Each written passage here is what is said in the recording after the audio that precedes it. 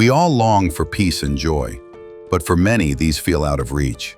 True peace isn't just the absence of conflict or pain, it's rest for the soul. And that kind of peace begins when we let go of judgment and embrace the love, grace, and mercy of God. Tragedy can shake us to the core. Think of Natalie Holloway. In 2005, she vanished in Aruba, never to return. Her family was left in anguish, longing for justice. And the man suspected in her disappearance was never convicted for her case, though years later, he was sentenced for another murder. When pain runs deep, it's easy to let hatred take root. But hatred doesn't heal. It changes the heart. Jesus knew this. That's why he calls us to forgive. Notice how Jesus counseled Peter on this matter. Reading from the Passion Translation, we see, "How many times do I have to forgive my fellow believer who keeps offending me? 7 times? Jesus answered, "Not 7 times, Peter, but 70 times 7 times. Then Jesus told a story of a servant forgiven a massive debt by his king. Yet that same servant refused to forgive another's small debt. The king was outraged. "Should you not have had mercy, as I had mercy on you?" When we judge harshly, we invite harsh judgment. But when we show grace, we reflect the heart of God. In William P. Young's book entitled The Shack, a grieving father named Mac is asked to judge the man who killed his daughter. The piercing question he was asked by God was, "If you were God, would you send the man who killed your daughter to a place of eternal torment to suffer endlessly with no hope of release?"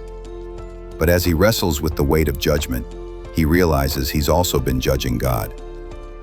Then, in a very powerful moment, he's asked to choose which 2 of his 5 children will spend eternity with God, while the other 3 should suffer in a place of eternal torment. Mac breaks down emotionally. Finally, he pleads with God, saying, "If someone must suffer, let it be me instead."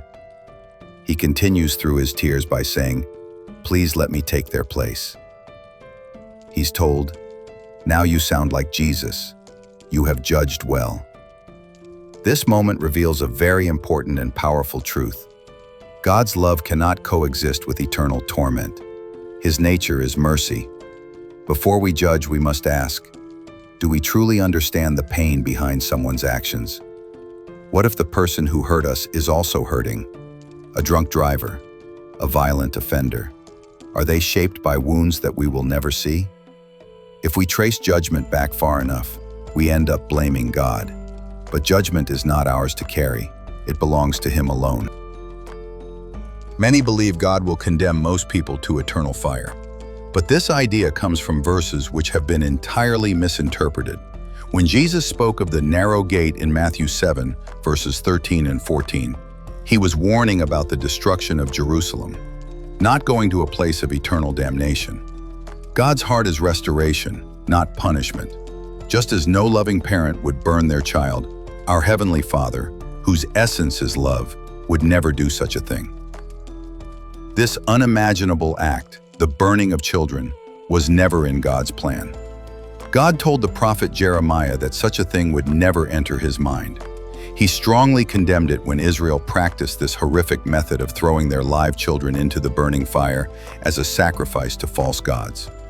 So how could we ever believe that He Himself would do the same for all eternity? If such cruelty broke His heart then, it cannot be part of His nature now.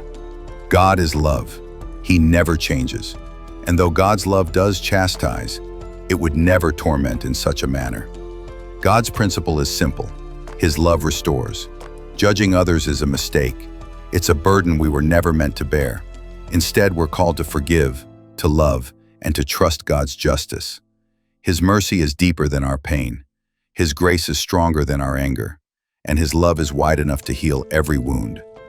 Let go of judgment, embrace grace, and find peace for your soul. So stay tuned as the story of the immeasurable love of God continues. In the meantime, you might want to click on the link below and get a copy of the book, Infinite Grace, A Glimpse of the Immeasurable Love of God. It is available in the paperback, Kindle, and audio formats. So until the next time, may God's grace be with you always, and have a great day.